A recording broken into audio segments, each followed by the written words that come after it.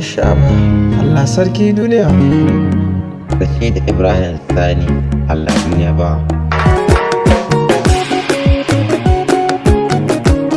Allah sarki duniya, mai abin mamaki duniya.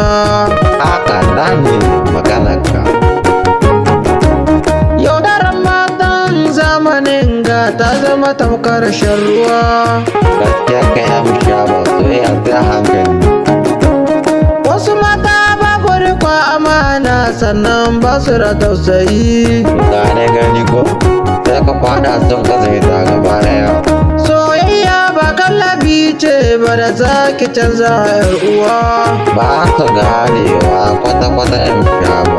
Za su gane ta Kullum saki ce baki so na kin saka ni a damuwa. kai haƙuri lokaci na bai zuwa na sani.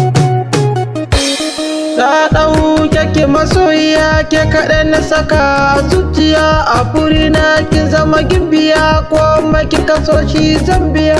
Ashe so na ido kike mini ba kya so na zuciya. Kai haƙuri na tausaya ma abokina. Silar ki na bar ni je na je neman sadaki a duniya. Allahu Akbar. Kusan wannan labari ya sa mini ya taɓa mini zuciya. Na sani amsha ba so ba. Kin san ba ki so na don fara faɗa mini gaskiya. Ina ganin laifin uwaye na amsha ba su ne kawai. Kin bar ni ina wahala a kanki Allah zai saka mini. Ka ƙara magana amsha ba inda kake Allah.